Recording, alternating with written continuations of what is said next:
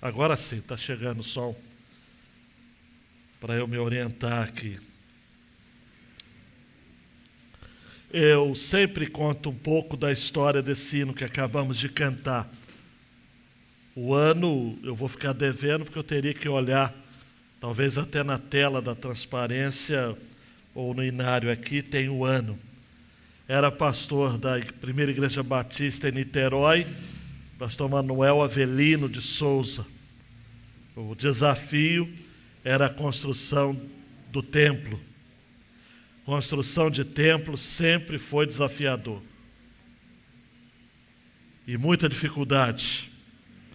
Oposição do governo da época, oposição da Igreja Católica, que chegou a apedrejar os irmãos num determinado momento do culto, foi impedido da primeira igreja se reunir durante algum tempo.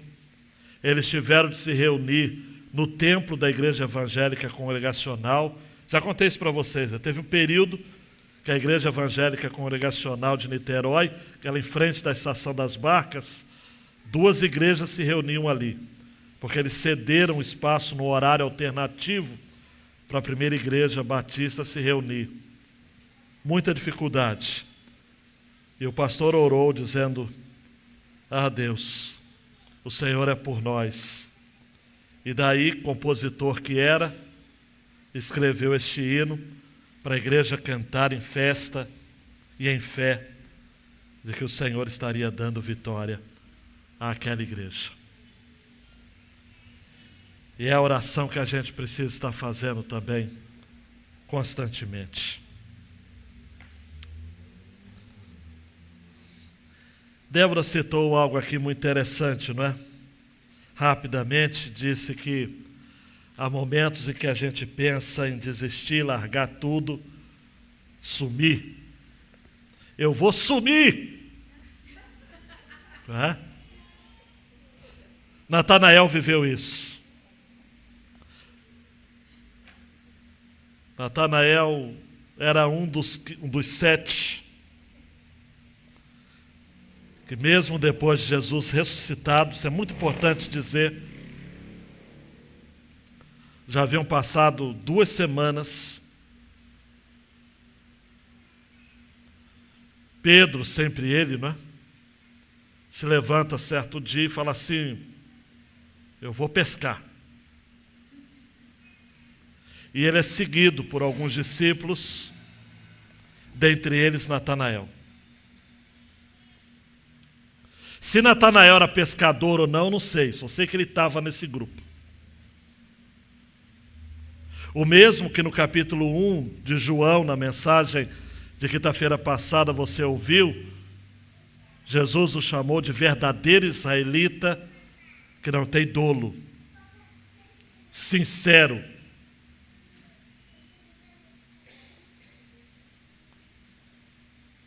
O mesmo que Jesus disse: olha, você verá coisas maiores. O mesmo que viu aquilo que Jacó havia visto em Gênesis 28, anjos que subiam e desciam numa escada. Escada é conexão. Os céus e a terra conectados. Jesus é a escada. Jesus é a conexão do sobrenatural para o natural. Do já para o ainda não. Para o temporal e para o eterno. Natanael viu tudo. Natanael presenciou durante cerca de 1 ano e meio os milagres de Jesus, os ensinos de Jesus. Mas ao final ele disse: eu vou sumir, eu vou voltar à minha vida normal. E o Senhor o trouxe de volta. E tanto é verdade, curiosidade aí para vocês, em Atos 1:13, ele vai estar no cenáculo. orando com os demais discípulos, aguardando a promessa do Pai.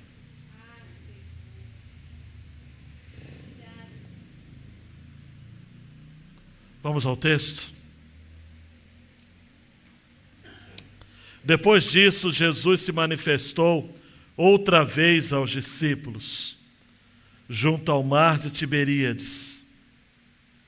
Foi assim que ele se manifestou.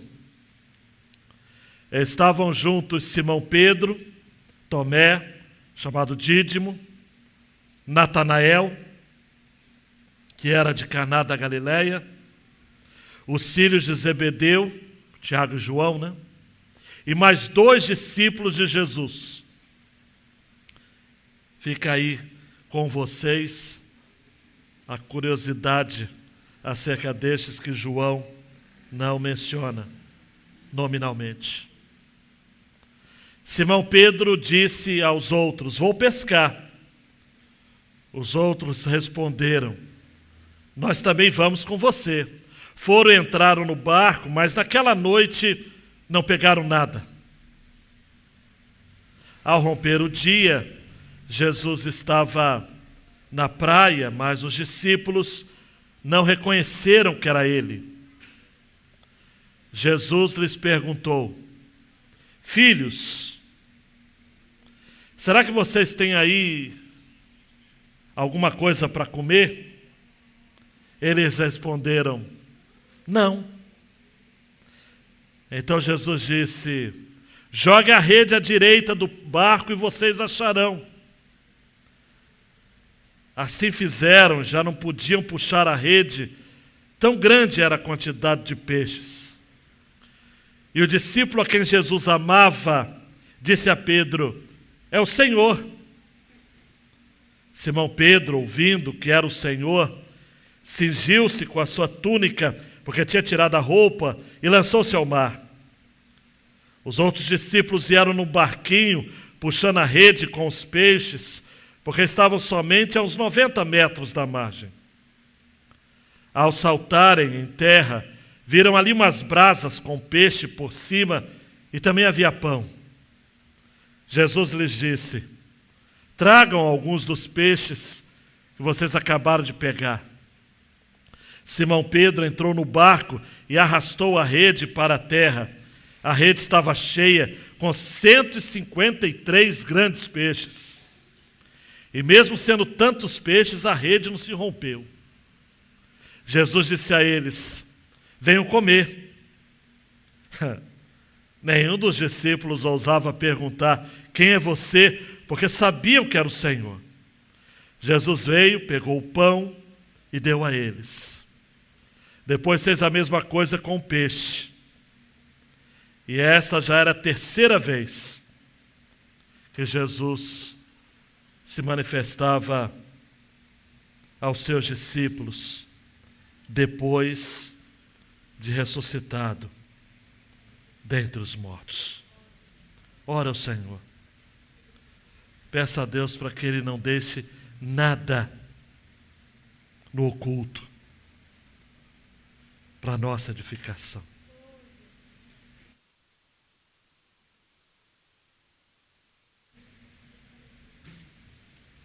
Mantenha-nos, Senhor, focados na Sua palavra, no nome de Jesus. Amém. A grande ideia desta passagem é que resume tudo isso. Eu quero pegar carona com Jeremias Pereira, da 8ª Presbiteriana de BH, que costuma dizer isso também. Mais importante do que fazer a obra de Jesus é fazer a obra com Jesus. Uau!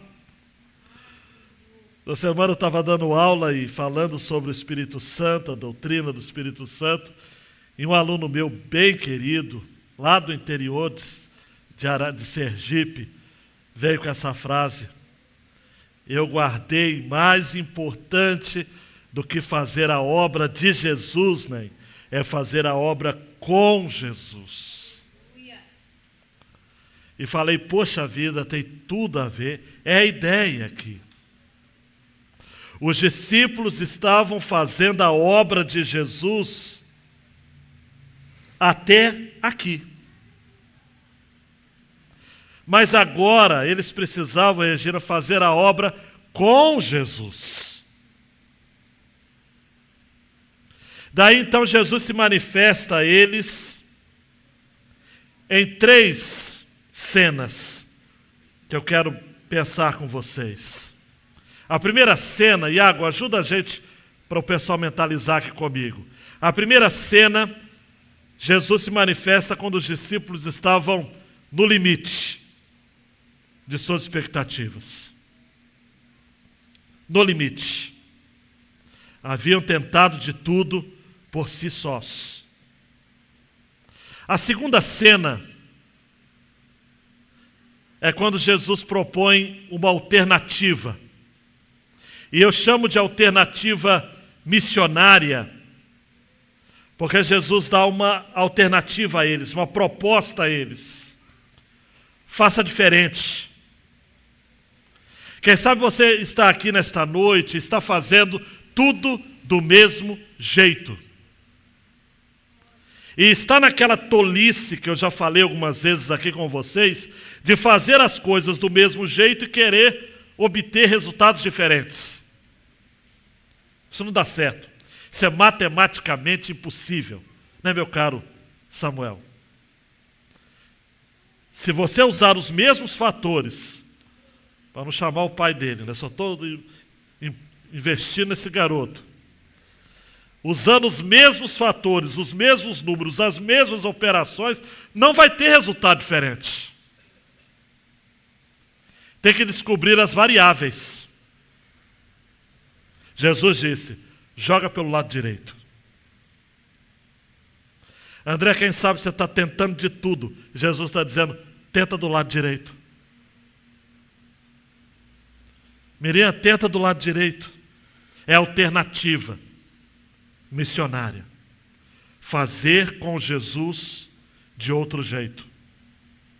Tentar fazer de outro jeito. E a terceira cena que eu quero propor no texto é a comunhão com Jesus. É quando Jesus chama os discípulos para cear com ele. Vocês pescaram alguma coisa? Não. Mas Jesus já estava com o pão e o peixe ali. Se Jesus passou na peixaria e comprou antes, o texto não diz, mas ele já estava com o peixe ali e com o pão. Se ele não tivesse passado, Tati, na peixaria para comprar o pão, o peixe, na padaria para comprar o pão, ele é criador, ele poderia na mesma hora ali. Quando a gente pensa, amados, que a gente não tem nada, Jesus tem tudo para nós. E a gente tem que confiar de que quem convida paga a conta. E se Jesus está convidando, ele paga a conta. O pão e o peixe é por conta dele. E a gente precisa aprender isso, e quanto mais cedo a gente aprender isso, menos problema a gente vai ter na nossa caminhada cristã.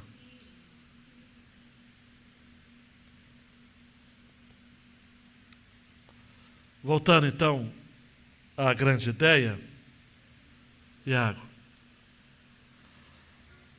Há um intervalo aqui, houve um intervalo entre a ressurreição, o milagre de Pentecostes. E isso deve ter sido um tempo de tentações. Falo o milagre do Pentecostes, é Atos capítulo 2, tá ok? A descida do Espírito Santo. Passou algo em torno de 40 dias. Para ser mais preciso, 50, né? Porque da Páscoa até Pentecostes, 50 dias. Mas desse episódio até em torno de 40. E eles olhavam uns para os outros e diziam o seguinte: e agora? O que faremos? Estavam sem um líder. Eles não haviam recebido nenhuma dica, nenhuma comunicação, salvo aquela que está no final de Lucas, no capítulo 24, permaneçam em Jerusalém até que do alto vocês sejam revestidos de poder.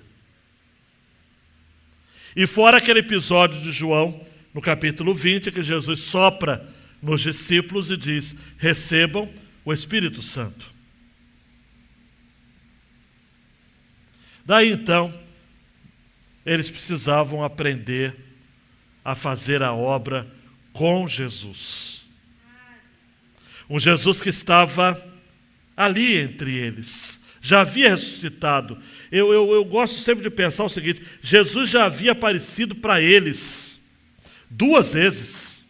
A primeira vez que Tomé faltou o culto, e esse negócio de faltar culto dá problema, Tomé faltou o culto e disse: não acredito.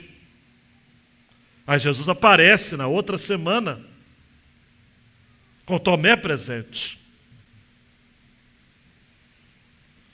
Mas eles estavam no limite das expectativas.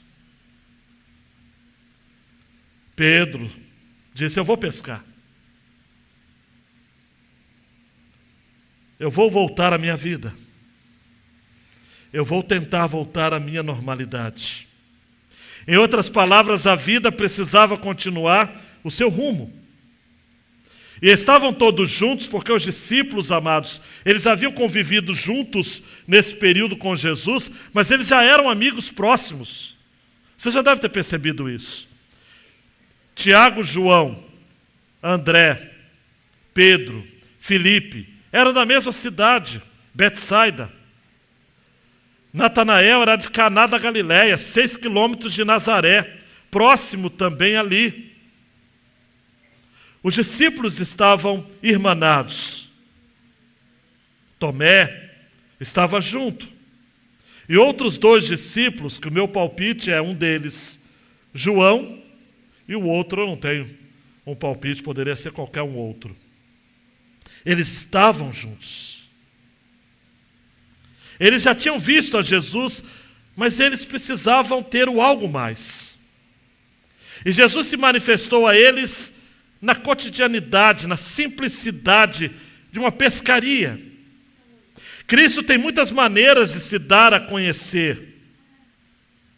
Mas agora, em especial, ele se deu a conhecer numa tarefa bastante comum. Discípulos que voltaram à pesca e Jesus que se mostra a eles. Versículo 4 vai dizer que ao romper o dia, depois de uma noite inteira de pescaria, Jesus estava na praia e os discípulos não reconheceram. E no versículo 5, queridão e queridona, Jesus se utiliza de um termo tão legal, tão emocionante. Ele fala: filhos, será que vocês têm alguma coisa para comer? E eles disseram não.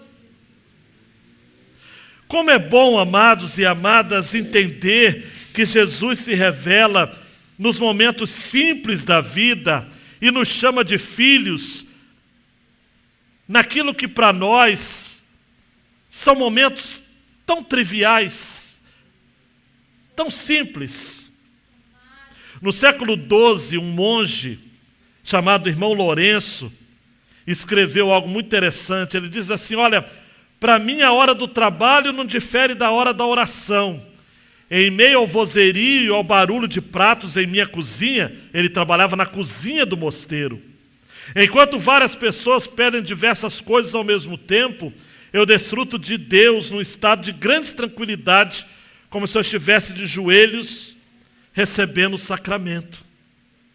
Você consegue, na agitação da sua cozinha, na agitação da sua oficina, na agitação do seu ambiente de trabalho, na agitação da sua loja, do seu empreendimento, ouvir Deus falar com você num estado de grande tranquilidade, como falava o irmão Lourenço? Ele tem até um livro chamado A Prática da Presença de Deus. Deus presente nos momentos simples. A igreja cristã, amados, é importante precisar isso, surgiu através de homens simples, trabalhadores, sonhadores. J.C. Ryle, um bispo inglês, disse assim: nada pode explicar a expansão do cristianismo, exceto a intervenção divina. O falecido pastor batista Isaltino Gomes Coelho Filho disse certa feita num dos seus livros que o final do século XX e o início do século XXI mostraram a igreja em grande vigor, inclusive em lugares que ela já era considerada morta. E o pastor Isaltino tinha um jeito muito claro de falar, e algumas vezes até incisivo. Ele diz assim: a igreja de Cristo tem um estranho hábito de sepultar os seus coveiros. Seus salvadores se perdem na poeira dos tempos, tornam-se nada, e ela segue sua jornada. Quantos inimigos da igreja têm ficado para trás, amados? Quantos coveiros da igreja, quantos incendiadores de templos, até nos nossos dias, de livros, de bíblias, têm ficado no pó da história. E a igreja permanece. A obra de Deus não para, amados. Jesus disse: filhos, jovens, rapazes, pescaram alguma coisa? Existem momentos de desapontamento na nossa vida que nos são muito dolorosos. Existem momentos de fracasso diante das pescarias da vida. Nem sempre, amados, temos boas notícias para compartilhar. Temos a boa notícia, que é o Evangelho, mas boas notícias muitas vezes estão escassas em nosso meio. Mas é nesses momentos em que serve de consolo para a gente, é que se Jesus está na praia, a gente pode olhar para Ele, porque Ele tem alguma coisa de bom para compartilhar conosco. Versículo 5 diz, olha, versículo 4, Jesus estava na praia.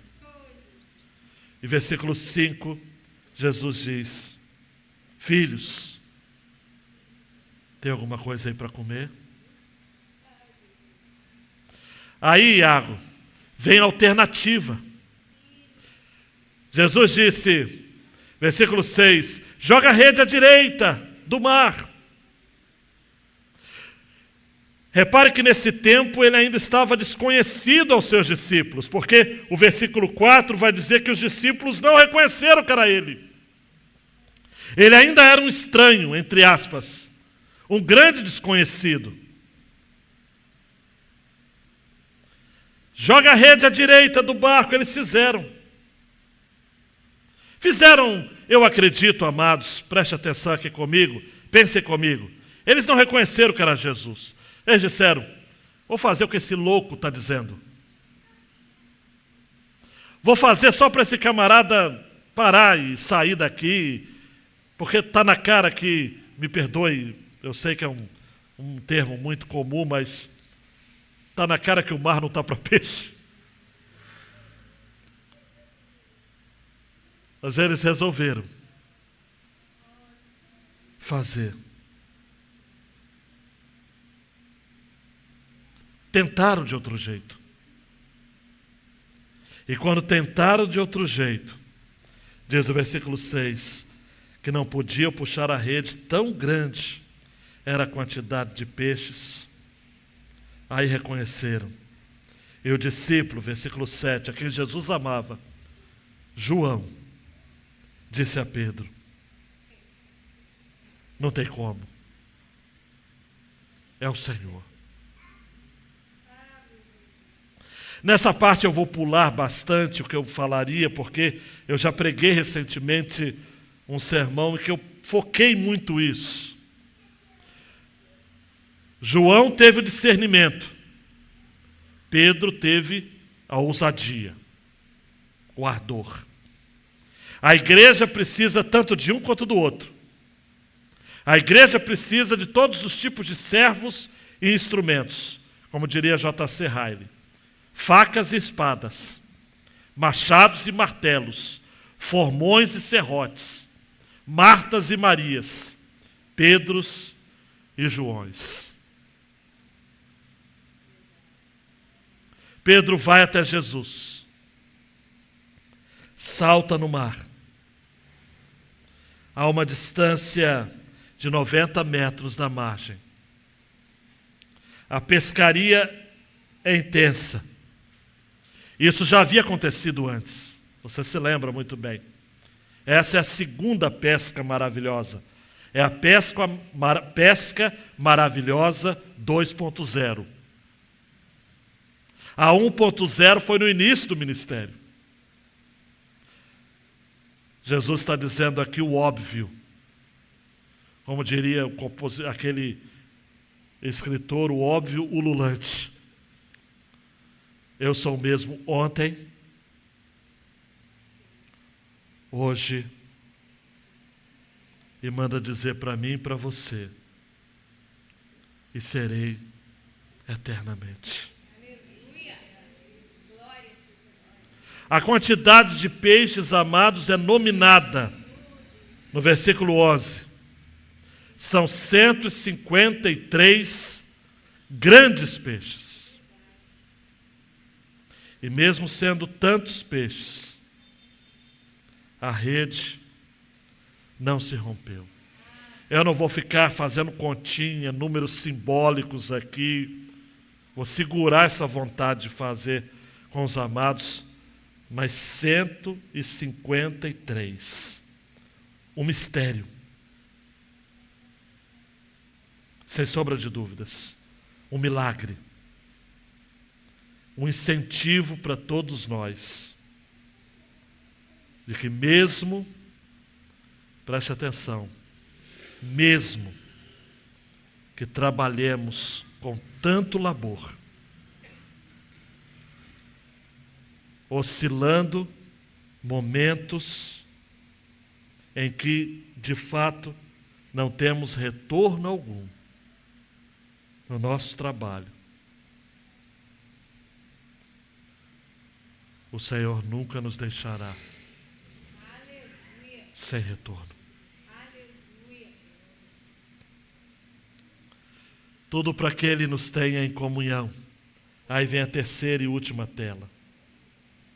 Na comunhão. A partir do versículo 12, temos a mesa posta. Claro que não é uma mesa como nós temos em nossa casa, é a mesa de quem está à beira de um mar. Venham comer. Uma toalha colocada ali, na praia mesmo. Todos em silêncio, porque, como já dizia minha mãe, a hora da comida é sagrada. Ninguém ousava perguntar. Perguntar o quê? Estava na cara que é Jesus. Tem momentos, amados e amadas, na nossa vida que fica na cara que é Jesus.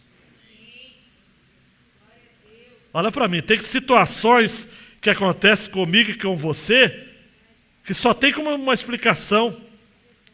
É Jesus. E ali, versículo 3, Jesus veio, pegou o pão e deu a eles. Essa expressão, pegou o pão e deu a eles, lembra do quê? A ceia do Senhor. É uma ceia diferente, Rayane. Não é pão e cálice. É pão e peixe. O mesmo prato da multiplicação.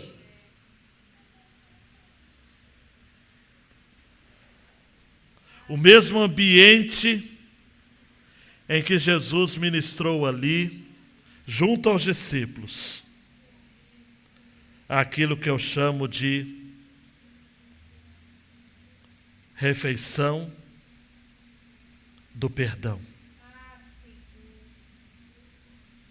Jesus é hospedeiro, De manhã cedo é um quebra-jejum.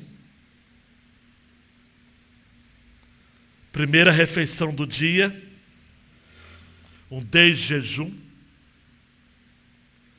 E foi a última refeição de Jesus com aqueles homens. O ressuscitado comeu pão com eles. O glorificado se fez simples junto deles. E num tom natural e convidativo, no versículo 12, disse: venham comer. O Senhor nesta noite está lhe chamando. Venha comer. Vem partilhar do meu perdão, da minha vida. Eu já risquei a sua culpa. Eu já apaguei a sua pena. Eu estou lhe dando uma nova chance, uma nova comunhão. Estou renovando meu amor. Estou celebrando a minha providência. Aleluia. E eu lhe chamo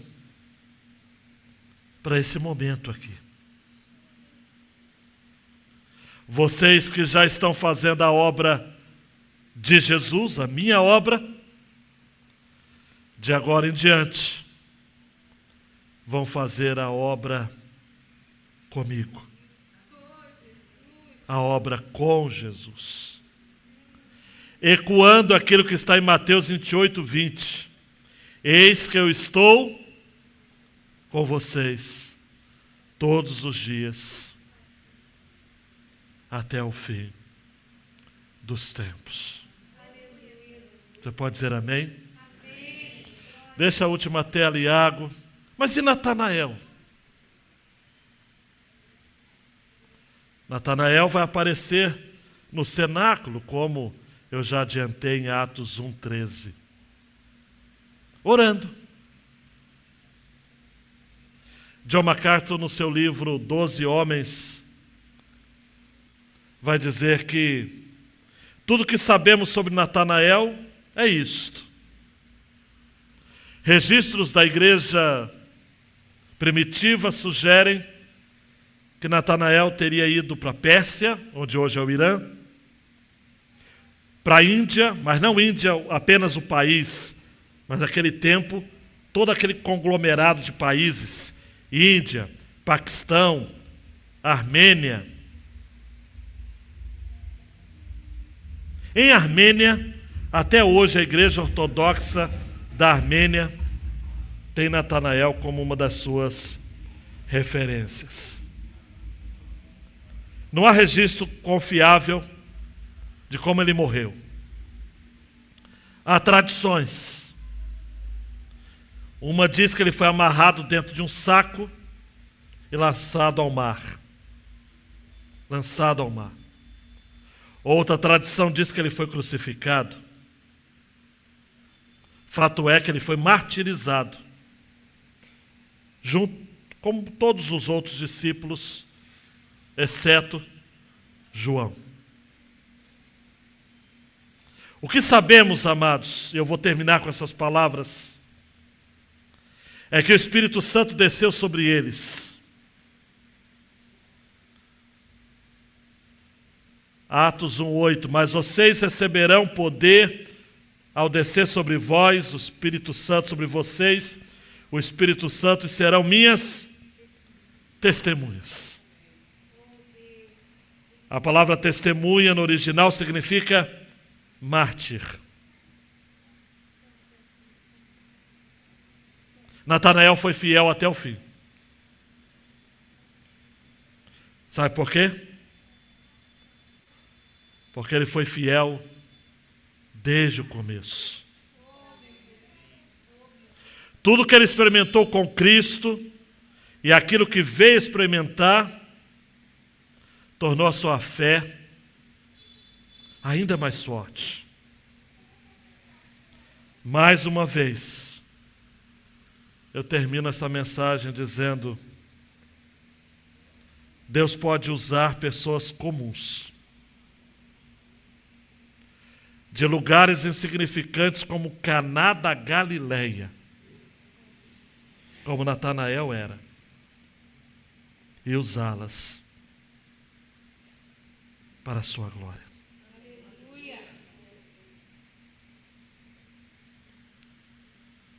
A grande necessidade da igreja, amados, ainda continua sendo a mesma. Pessoas. Dá vontade de chorar, mas pessoas. Vocês se lembram daquela história que eu contei de um homem sem a parte de baixo, os membros inferiores, que ouviu o pastor pregando sobre homens que o Senhor usou, e ele rastejando pelo saguão da igreja, pela nave da igreja, chega na frente e fala assim: pastor, Deus pode usar um homem pela metade? E o pastor assina um insight de sabedoria divina, numa epifania, disse assim: Deus pode usar um homem pela metade, que se entrega por inteiro, mas não pode usar um homem por inteiro, que se entrega pela metade.